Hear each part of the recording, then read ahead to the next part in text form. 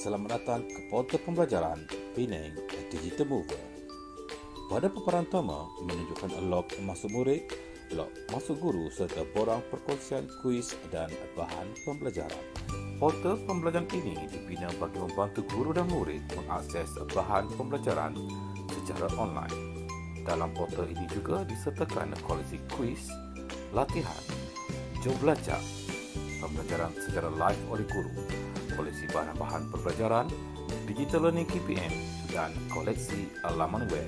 Kesemua bahan pembelajaran, kuis dan latihan ini 100% dihasilkan oleh guru-guru dari Pulau Pinang yang merangkumi pembelajaran prasekolah hingga ke tingkatan 5. Semoga para guru dan murid dapat mengakses dan mengaplikasikan portal ini dengan bermanfaat.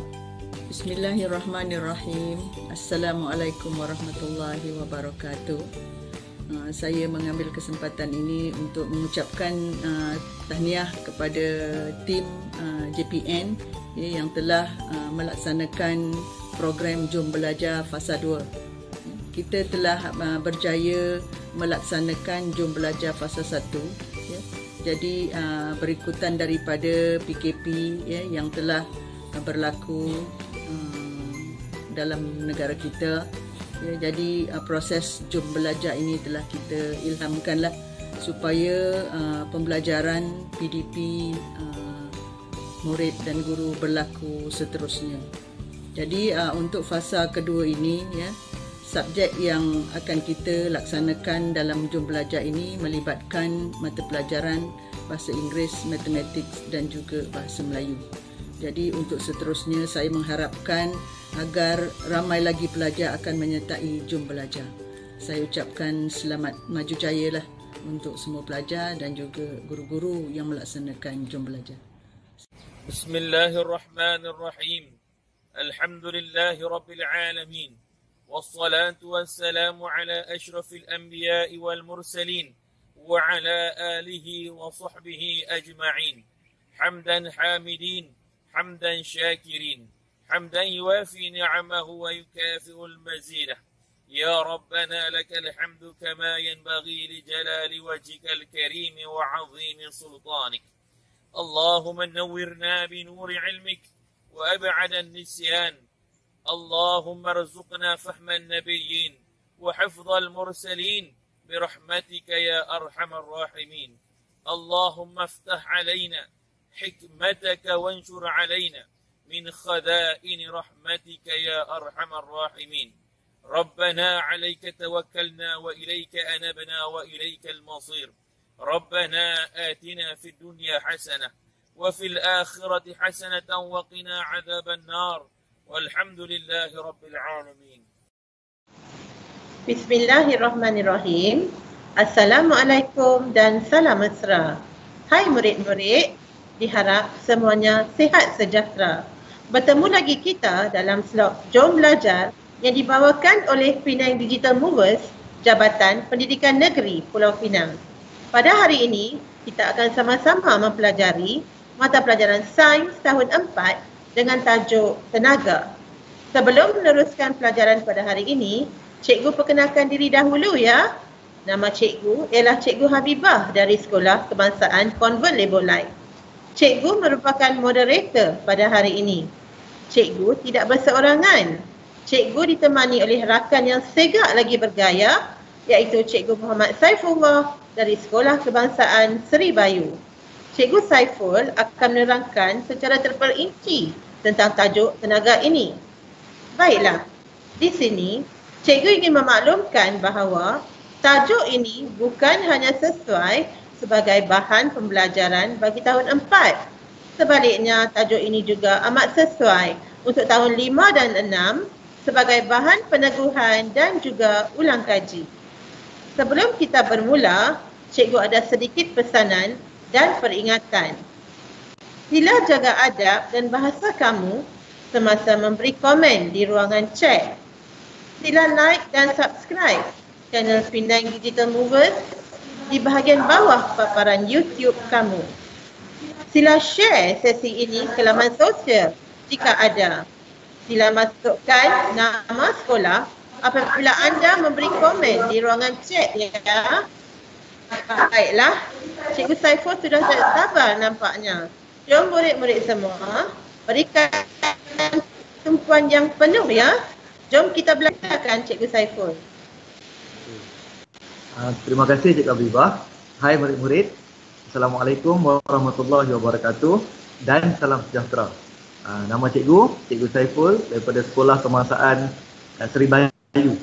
Baik, jadi pada hari ini kita akan membincangkan topik sains tahun 4 iaitu topik tenaga.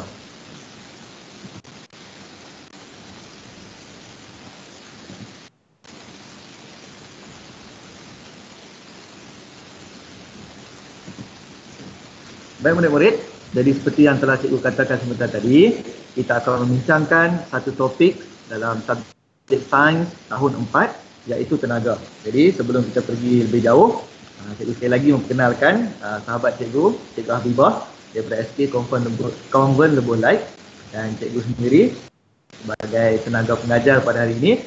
Nama cikgu Saiful daripada Sekolah Kebangsaan Seri Bayu. Baik murid-murid, jadi tanpa melengah-lengahkan masa lagi, kita akan memulakan perbincangan kita pada hari ini.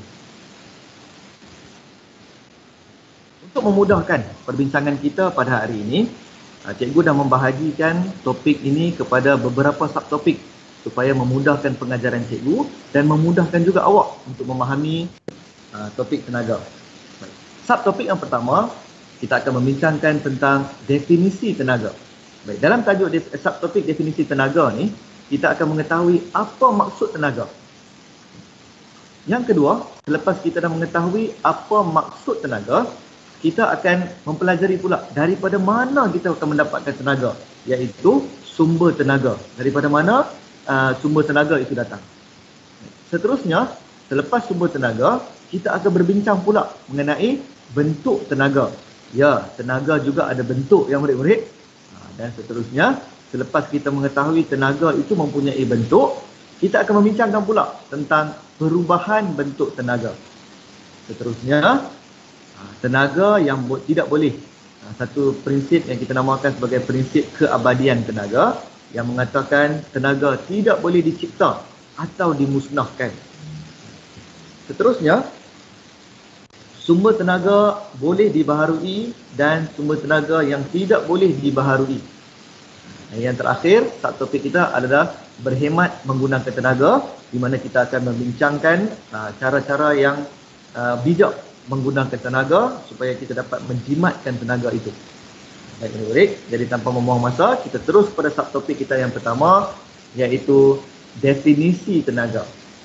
Murid-murid, apa itu tenaga? Tenaga ialah keupayaan untuk melakukan kerja. Jadi, kalau tanpa tenaga, kita tidak akan berupaya untuk melakukan apa-apa kerja. Jadi gambar yang cikgu tunjukkan awak di bawah ni, ini gambar encik beruang. Encik beruang ni tengah buat apa murid-murid? Encik beruang ni tengah bersenam. Jadi pada pendapat murid-murid, kalaulah encik beruang ni tidak mempunyai tenaga, adakah dia boleh bersenam? Murid-murid boleh memberikan jawapan, bersoal jawab dengan cikgu dengan menulis di ruangan komen. Jadi, pada pendapat awak, tanpa tenaga, adakah kita berupaya melakukan kerja? Sudah tentulah tidak. Baik. Jadi, yang seterusnya kita bergerak ke subtopik yang kedua, iaitu sumber tenaga. Dalam subtopik sumber tenaga, kita akan membincangkan tentang dari mana datangnya tenaga. Baik. Yang pertama, sumber tenaga yang pertama datangnya daripada matahari. Matahari merupakan sumber tenaga yang paling utama. Tenaga matahari boleh digunakan untuk menjanakan elektrik melalui panel suria. Murid-murid yang telah mempelajari tajuk rantai makanan, pastinya telah diberitahu atau pastinya telah membaca yang dalam tajuk rantai makanan juga, matahari turut disebut sebagai sumber tenaga yang paling utama. menggambarkan matahari ni dia adalah sumber tenaga yang paling penting lah, ya. Baik. Dia kan gambar matahari. Kenapa cikgu pilih gambar matahari yang sedang melompat-lompat dan kelihatan begitu aktif sekali? Sebab cikgu nak gambarkan matahari ni sebagai satu sumber utama yang paling besar. Ya. Yang kedua ni pula adalah panel suria. Mungkin masih ada di antara murid-murid yang belum mengetahui apa itu panel suria. Jadi murid-murid bolehlah melihat dalam gambar yang cikgu sediakan ni. Inilah dia bentuk panel suria. Dia macam sikit ada cermin hitam-hitam yang dekat atas bumbung tu. Itu yang kita panggil sebagai panel suria.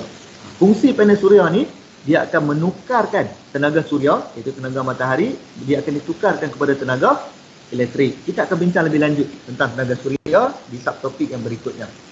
Baik. Tenaga yang kedua adalah angin. Angin yang bertiup menggerakkan kincir angin untuk menjana elektrik. Selain itu, angin juga menggerakkan kapal layar. Jadi kalau kat sini murid-murid tengok, cikgu akan gambar kapal layar.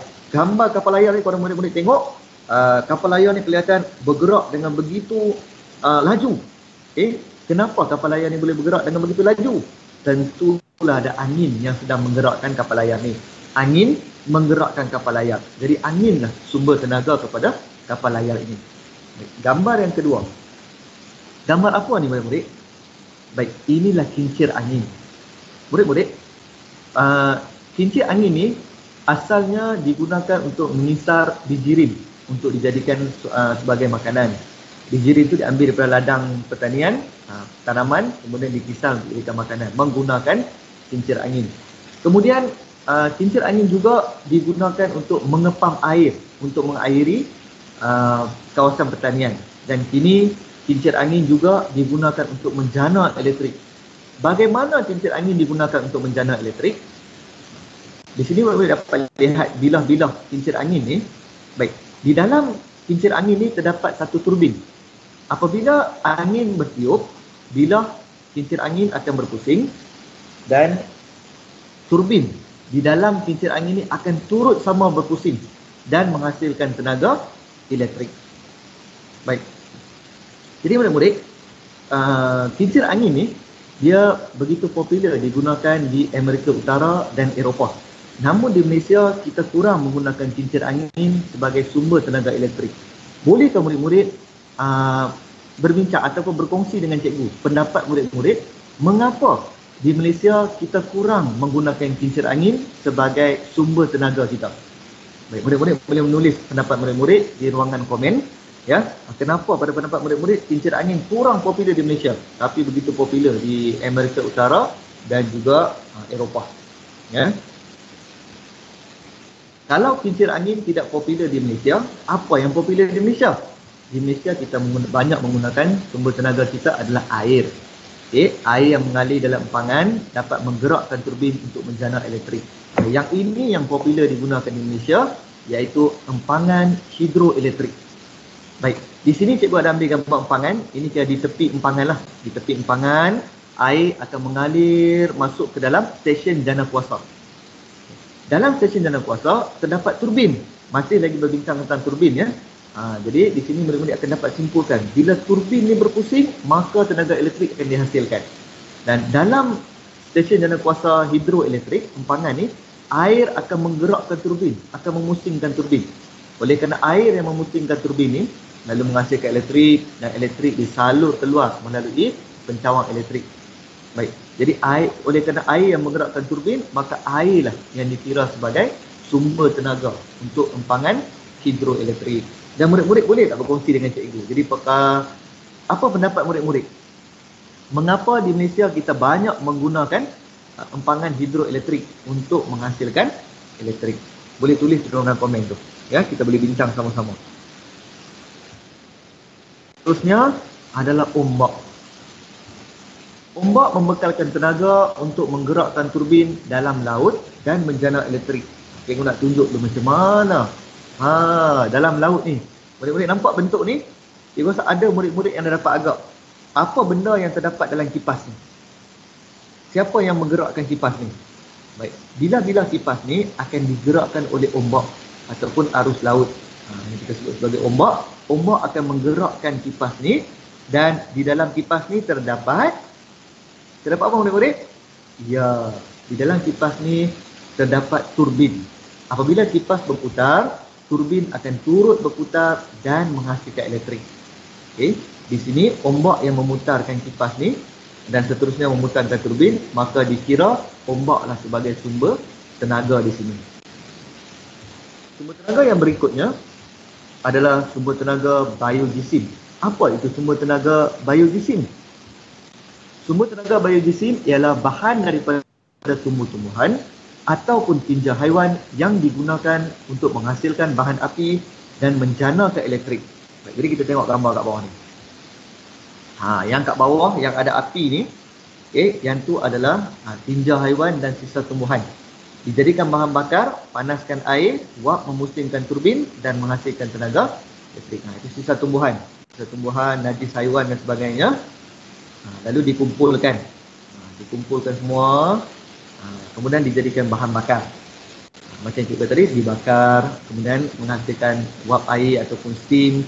Steam akan memutarkan turbin dan seterusnya menghasilkan tenaga elektrik. Turbin dan tenaga elektrik. Seterusnya murid-murid, sumber tenaga yang berikutnya adalah bahan api fosil. Bahan api fosil seperti petroleum, gas asli dan arang batu dibakar untuk menjanakan elektrik dan menggerakkan kenderaan. Jadi di sini murid-murid, cikgu nak ceritakan kepada awak bagaimana bahan api fosil ni terbentuk. Baik, berjuta-juta tahun dahulu, haiwan-haiwan yang hidup di dalam laut mati dan bangkai ataupun fosil mereka terkumpul di dasar lautan. Lama-kelamaan dasar lautan kita dilapisi oleh pasir, oleh tanah, oleh batu dan terbentuknya banyak lapisan batu-batu, pasir dan tanah. Dan setelah berjuta-juta tahun, fosil-fosil haiwan yang termendak di bawah ni, yang tertekan di bawah tu akan bertukar menjadi petroleum akibat daripada tekanan dan suhu keadaan di situ. Di sini cikgu letakkan gambar di bawah ni, awak boleh tengok. Dalam laut, ikan-ikan tu hidupan pada berjuta-juta tahun dahulu, hidupan tu mati. Kemudian fosil dan tulang dia berkumpul di dasar lautan. Kemudian hari demi hari, tahun demi tahun, berjuta-juta tahun kemudian, lapisan laut, lapisan tanah mula terbentuk. Lapisan tanah, batu, pasir terbentuk dan akhirnya tempat tu bukan lagi lautan, tapi dah jadi daratan. Dan di situ yang tertekan di bawah ni akan menghasilkan petroleum dan kita boleh menjalankan aktiviti cari gali petroleum di kawasan tersebut.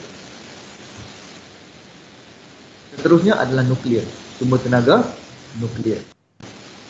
Bahan nuklear seperti uranium digunakan untuk menjanakan elektrik di stesen jana kuasa nuklear, yang mana tindak balas nuklear akan menghasilkan tenaga elektrik. Yang ni cikgu rasa murid-murid dah tahu dah sumber tenaga apa ni. Yang ni adalah bateri. Bateri adalah sumber tenaga yang dihasilkan oleh manusia untuk membekalkan tenaga elektrik. Jadi awak kena masukkan bateri ni dalam lampu 10 ataupun awak kena masukkan bateri ni dalam kereta mainan awak, barulah kereta mainan tu akan ada tenaga untuk bergerak. Baik. Sumber tenaga yang seterusnya, yang ni pun cikgu rasa murid-murid boleh agak dah. Apa nama sumber tenaga ni? Apa dia murid-murid? Awak murid-murid kalau nak bagi jawapan boleh type di ruangan komen, ya. Baik, sumber tenaga ni adalah makanan. Ya, makanan daripada tumbuhan dan haiwan membekalkan tenaga kepada manusia dan haiwan. Baik. Kepada murid-murid yang pernah berpuasa, tentu awak faham tentang sumber tenaga makanan ni. Ya, seharian awak tak makan dan awak rasakan badan awak semakin letih dan tidak berupaya untuk melakukan kerja. Jadi sekarang ni awak boleh fahamlah. Apabila makanan tak dimasuk air sebagai sumber tenaga, tak dimasukkan ke dalam badan kita, maka kita pun tak ada tenaga pekerjaan. Terusnya, sumber tenaga geotermal. Geotermal merupakan sumber tenaga yang diperoleh daripada haba batuan panas di bawah permukaan bumi untuk menjanakan elektrik. Macam mana dia buat? Di bawah lapisan bumi ada batu-batuan yang panas. Jadi di stesen ganda kuasa, air dipam masuk ke bawah tanah. Air mengalir melalui batu-batu yang panas, air itu bertukar menjadi panas dan dipam ke atas semula untuk digunakan dalam penghasilan elektrik. Sekali lagi, air yang sejuk, air yang biasa dipam ke bawah tanah sampai ke tempat batuan yang panas, air itu mengalir, air itu jadi panas dan dipam semula ke atas. Air yang panas digunakan untuk menjanakan kuasa elektrik. Itu dinamakan geothermal. Sekarang ni cikgu nak buat sesi soal jawab sikit. Macam cikgu kata, sesi soal jawab ni juga murid-murid boleh gunakan ruangan komen untuk cuba memberikan jawapan. Baik. Sumber tenaga. Mari kita sama-sama senaraikan sumber-sumber tenaga yang telah kita bincangkan sebentar tadi. Murid-murid boleh mula senaraikan sumber tenaga tu di ruangan komen. Ya. Baik, kita mula sumber tenaga yang pertama adalah matahari. Seterusnya makanan. Seterusnya air, geotermal, nuklear, bateri, angin, ombak dan yang terakhir apa dia murid-murid? Satu lagi. Ya, yang terakhir adalah bahan aktif fosil. Tahniah kepada yang telah menyenaraikan sumber tenaga dengan betul. Berikan tepukan kepada diri sendiri. Wow, pandainya ya. Okay, baik. Seterusnya murid-murid, kita sudah membincangkan tentang sumber-sumber tenaga. Jadi selepas kita dah tahu daripada mana kita boleh dapat daripada mana kita boleh dapatkan tenaga, dari sekarang ni kita nak bincangkan bentuk-bentuk tenaga yang kita dapat tu pula. Okey, baik, kita mulakan dengan bentuk tenaga yang pertama, iaitu tenaga suria. Apa itu tenaga suria? Tenaga suria adalah tenaga yang diperoleh daripada matahari. Tenaga suria ni seperti yang telah kita bincangkan di slide yang di permulaan tadi, boleh ditukarkan. Tenaga suria boleh ditukarkan menjadi tenaga elektrik oleh panel suria. Ini panel suria lah ni. Okay. Dia menyerap tenaga suria dan menukarkan tenaga suria kepada tenaga elektrik. Seterusnya, tenaga suria juga boleh digunakan untuk mengeringkan pakaian. Jadi kalau murid-murid tengok di sini, Encik beruang sekali lagi menggunakan tenaga suria untuk mengeringkan pakaian dia. Satu lagi, tenaga suria juga digunakan dalam proses pengawetan makanan, di mana tenaga suria digunakan untuk mengeringkan makanan.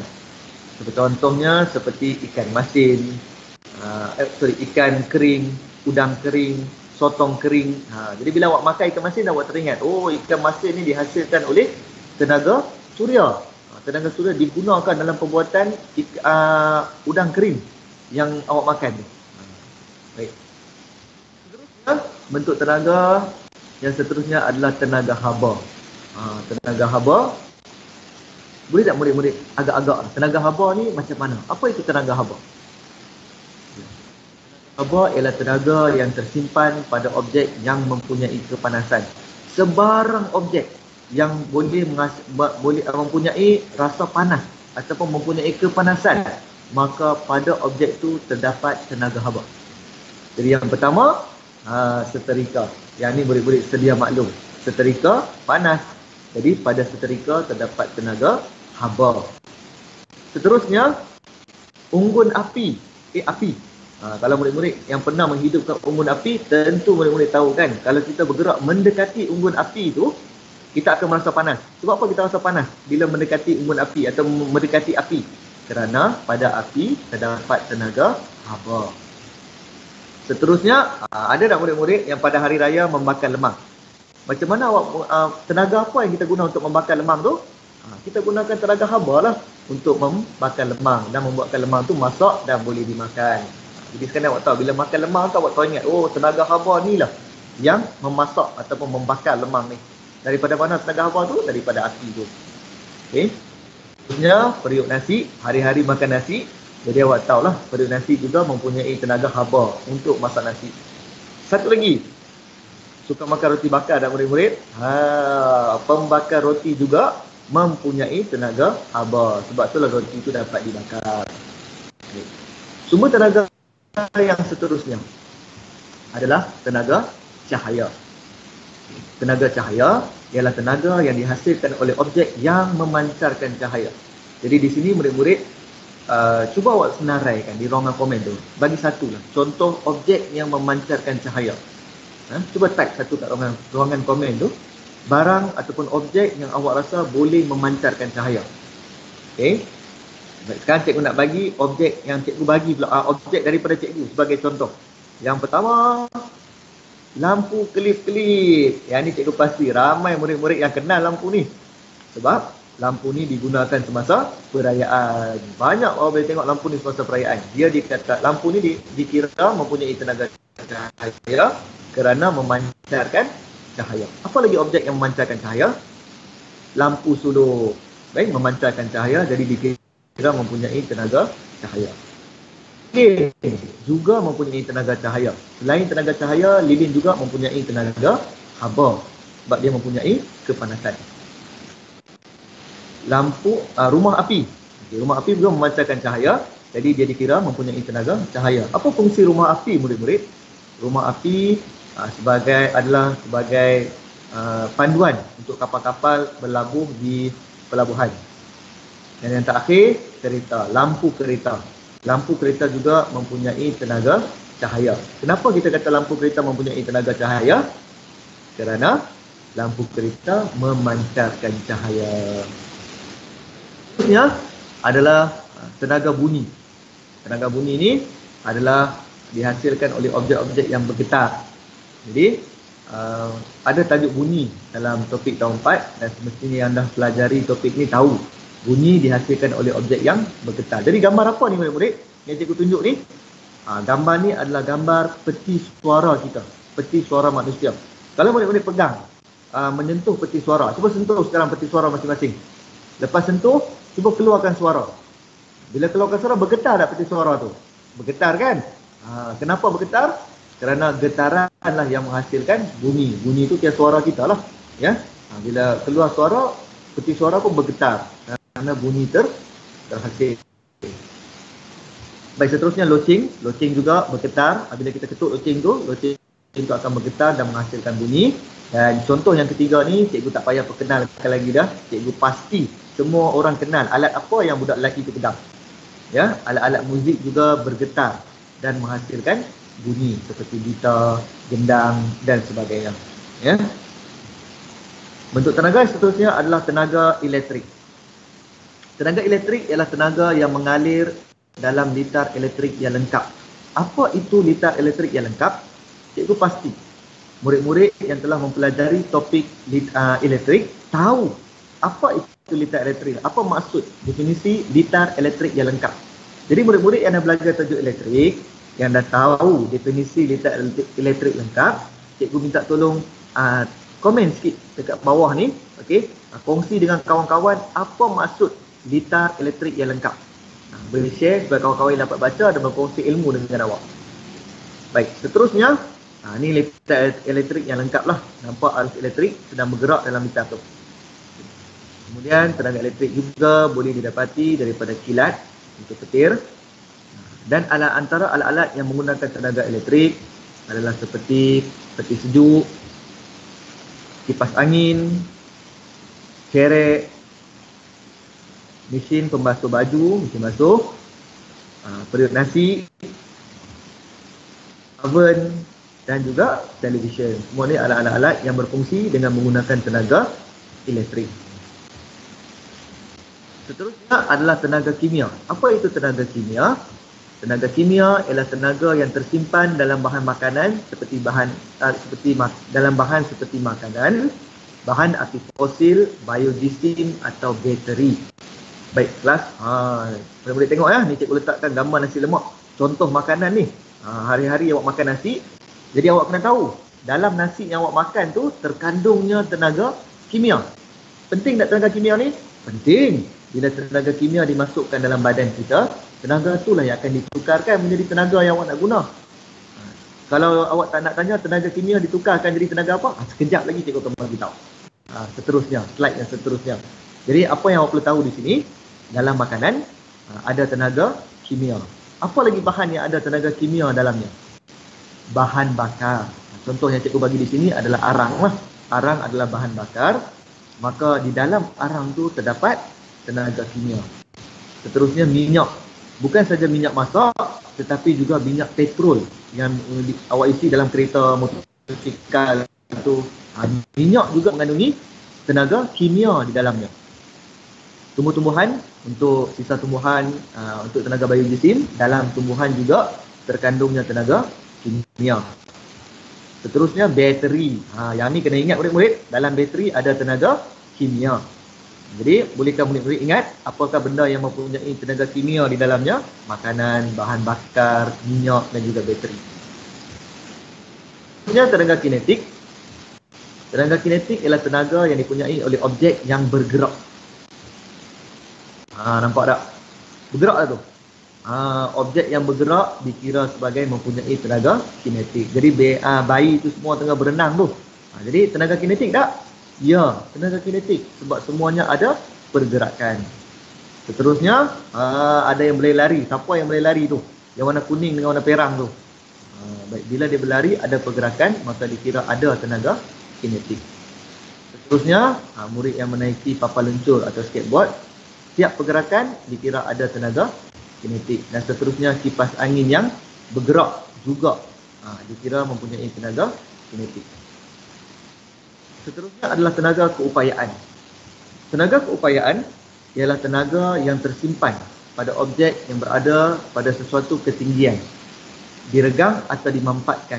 Satu yang cikgu nak ingatkan murid-murid, tenaga keupayaan dia tersimpan dalam benda yang tidak bergerak. Kalau bergerak, itu kita dah kira tenaga kinetik. Tenaga keupayaan, objek tersebut tak bergerak, tapi dia berada di suatu ketinggian ataupun sedang diregang ataupun sedang dimampatkan. Bagi contoh, roller coaster. Roller coaster ni, bila dia mula bergerak turun, dia dikira ada tenaga kinetik. Tapi semasa berada di puncak ni, di suatu ketinggian, dia dikira tenaga keupayaan. Sejurus selepas dia turun, itu tenaga kinetik. Seterusnya spring. Spring ni diregangkan. Bila diregang, itu adalah tenaga kinetik. Bila lepas, dia akan jadi tenaga, bila regang tenaga keupayaan, bila lepas tenaga kinetik. Regang keupayaan, dan lepas dia bergerak, so itu kira tenaga kinetik. Seterusnya busur panah yang ditarik, bila tarik tu itu tenaga keupayaan sebab dia diregang. Tapi bila dah lepas, tenaga kinetik. Bola yang sedang melantun, bila bola ni berada di puncak dia, masa melantun tu dia berada di puncak, maka itu dikira bola tu mempunyai tenaga keupayaan. Bila mula bergerak jatuh ke bawah, itu tenaga kinetik. Seterusnya tenaga nuklear. Tenaga nuklear ialah tenaga yang terkandung dalam bahan nuklear seperti uranium dan plutonium. Okey. Seperti yang saya katakan tadi, tidak balas nuklear akan menghasilkan tenaga lah. Baik, sekarang ni sesi jom ingat semula. Seperti tadi juga, kita nak ingat semula bentuk-bentuk tenaga yang telah cikgu sebutkan. Murid-murid boleh mula menulis di ruangan komen. Apa dia bentuk-bentuk tenaga yang murid-murid ingat? Sekarang kita senaraikan bersama-sama. Tenaga haba, tenaga kinetik, tenaga cahaya, tenaga bunyi, tenaga elektrik, tenaga suria, tenaga kimia, tenaga nuklear dan satu lagi tenaga keupayaan. Bagus kepada murid-murid yang telah berjaya menyenaraikan semua tenaga tu. Very good bab kata supai tu. Okey. Baik. Seterusnya kita nak tengok perubahan bentuk tenaga. Tenaga boleh berubah bentuk ya, murid-murid. Dari satu bentuk, tenaga tak akan kekal. Kalau kinetik saja bukan. Dia boleh berubah bentuk. Baik, kita tengok perubahan bentuk tenaga yang pertama. Pertama, kita tengok aktiviti mengayuh basikal. Baik, kita nak mula dengan tenaga apa? Mula dengan tenaga kimia. Sebab untuk mendapatkan tenaga untuk mengayuh basikal ni, lelaki ni mestilah makan dulu. Makanan mengandungi tenaga kimia. Kemudian tenaga kimia tu ditukarkan kepada tenaga kinetik. Kenapa tenaga kinetik? Kerana ada pergerakan dekat sini. Baik, apa maksud tanda anak panah ni murid-murid? Tanda anak panah ni bermaksud ataupun dia sebagai simbol menggambarkan perubahan bentuk tenaga. Jadi bila cikgu buat tenaga kimia, anak panah, tenaga kinetik, maksudnya tenaga kimia bertukar bentuk menjadi tenaga kinetik. Seterusnya, aktiviti menghidupkan televisyen. Menghidupkan televisyen kita mula dengan tenaga apa? Televisyen menggunakan tenaga elektrik. Tenaga elektrik ditukarkan kepada tenaga cahaya dan tenaga bunyi. Kenapa ada tanda tambah kat sini? Tanda tambah menggambarkan tenaga tu muncul secara serentak. Maksudnya tenaga elektrik ditukar kepada tenaga cahaya dan tenaga bunyi secara serentak. Televisyen ada cahaya dan bunyi yang keluar serentak. Seterusnya, menyalakan api. Yang ni cikgu nak murid-murid cuba jawab. Kita nak menyalakan api, kita gunakan bahan bakar. Dalam bahan bakar ada tenaga apa murid-murid? Dalam bahan bakar kita ada tenaga kimia. Okey, daripada tenaga kimia bertukar kepada tenaga haba dan tenaga cahaya. Sebab api ada haba dan cahaya. Seterusnya, ada lelaki ni dia terjun daripada papan terjun. Tenaga apa yang terlibat? Bila dia berdiri dari papan terjun, tenaga dia adalah tenaga keupayaan. Bila dia mula terjun, dia menjadi tenaga kinetik sebab bergerak ke bawah. Dan seterusnya bila menyentuh permukaan air, kat situ ada bunyi. Jadi tenaga tu berubah bentuk lagi kepada tenaga bunyi. Nampak perubahan bentuk tenaga kat sini. Dia tak musnah tapi dia berubah bentuk. Seterusnya menyalakan lampu suluh. Yang ni cikgu nak murid-murid sekali lagi cuba type jawapan kat bawah tu. Lampu suluh kita nak mula dengan tenaga apa? Kita mula dengan tenaga kimia. Sebab dalam lampu suluh ada bateri. Cikgu dah bagi bintang kan tadi, dalam bateri ada tenaga kimia. Seterusnya, tenaga kimia dalam bateri ditukarkan kepada tenaga elektrik. Dan selepas tu, tenaga cahaya dan tenaga haba. Kenapa ada tenaga haba pada lampu suluh? Sebab bila kita pegang mentol pada lampu suluh tu, kita rasa panas. Jadi itu adalah tenaga haba. Seterusnya adalah kalkulator suria. Apa itu kalkulator suria? Kalkulator suria adalah kalkulator yang mempunyai panel suria pada permukaannya. Fungsi panel suria ni, dia menyerap tenaga suria, menukarkan kepada tenaga elektrik dan boleh digunakan oleh kalkulator ni. Jadi, oleh kerana dia ada panel suria, jadi kita kena mulakan dengan tenaga suria. Tenaga suria berubah kepada tenaga elektrik dan seterusnya kepada tenaga cahaya. Tenaga cahaya ni digit yang awak tengok pada kalkulator lah. Lepas ni kalau pegang kalkulator, awak tahu dah, kalkulator ni adalah tenaga suria kepada tenaga elektrik kepada tenaga cahaya. Kalau kalkulator tu guna bateri, kita mula dengan tenaga kimia. Baik, seterusnya kenderaan yang bergerak. Sebelum menggerakkan kenderaan, kita kena isi apa dulu murid-murid? Kita kena isi minyak petrol. Jadi dalam minyak petrol tu adalah tenaga apa? Tenaga kimia. Baik, kemudian kenderaan tu pun mula bergerak. Dari tenaga kimia ditukarkan menjadi tenaga kinetik. Seterusnya, semasa proses fotosintesis, tahun 4 cikgu pasti semua dah belajar tajuk fotosintesis. Fotosintesis mendapatkan tenaga daripada matahari. Jadi, kena mula dengan tenaga suria. Kemudian tenaga suria, proses fotosintesis pun berlaku dan akhirnya menghasilkan tenaga kimia. Kenapa tenaga kimia? Sebab dalam proses fotosintesis, tumbuhan menghasilkan makanannya, iaitu kanji. Dalam kanji sebagai makanan, maka dalam kanji terdapat tenaga kimia.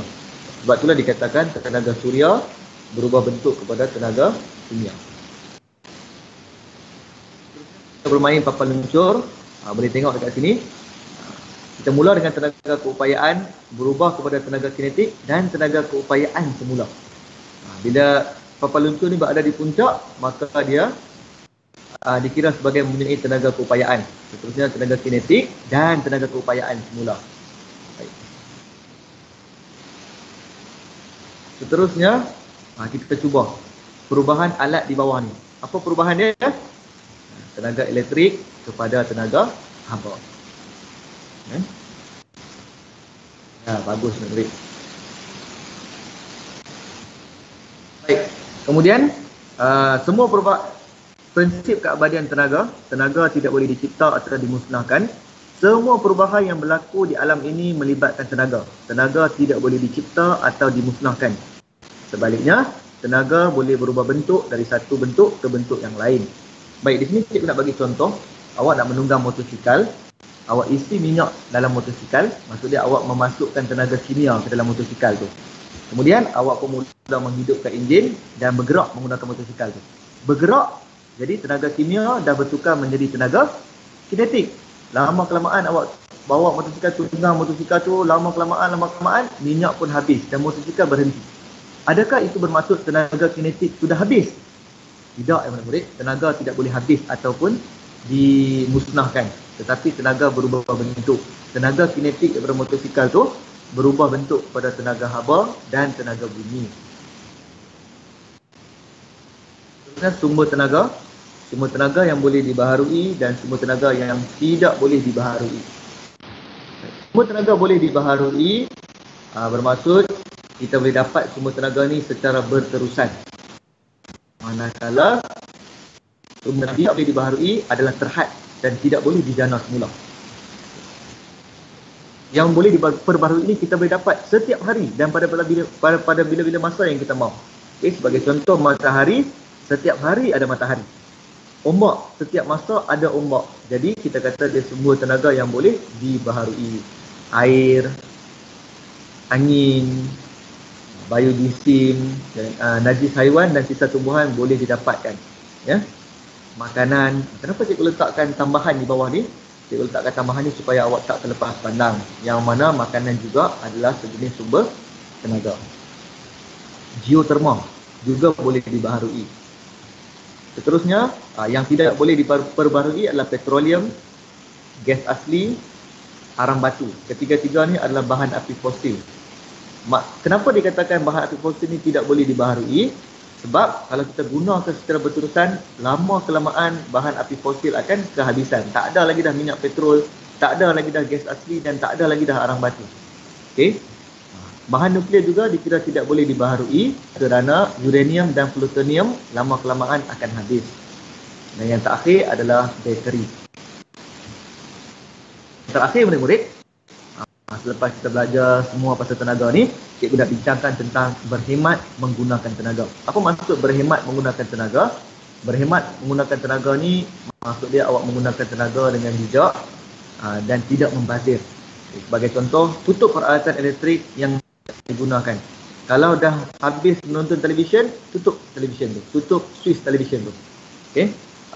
Kalau dah habis guna kipas angin, matikan kipas angin tu, jangan membazirlah, ya. Seterusnya, lambang ni cikgu pasti ramai yang pernah tengok. Baik, guna peralatan yang kurang menggunakan tenaga. Semakin banyak bintang pada lambang ni, maksudnya semakin efisien bahan objek tersebut dalam menjimatkan tenaga. Seterusnya, guna pengangkutan awam atau berkongsi kereta. Ini boleh menjimatkan sumber petroleum, sumber bahan api fosil.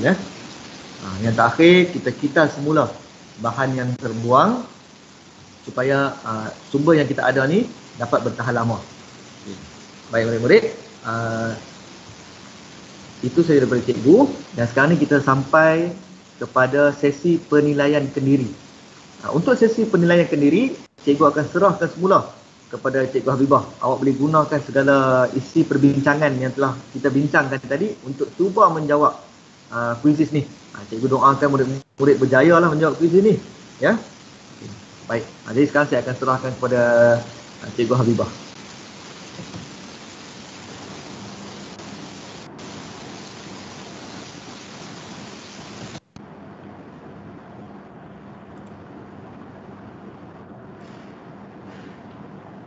Baiklah murid-murid. Kita sampai ke sesi penilaian kendiri kuisis. Untuk bermain kuisis, bagi mereka yang belum memuat turun sebarang aplikasi kuisis atau belum pernah bermain kuisis, pertama sekali pilih Google. Pilih Google dan type kuisis. Seterusnya, pilih join a game.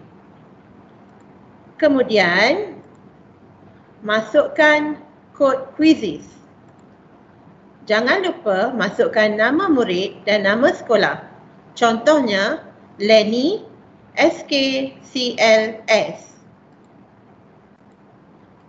Kod kuisis kita untuk hari ini ialah 59552222.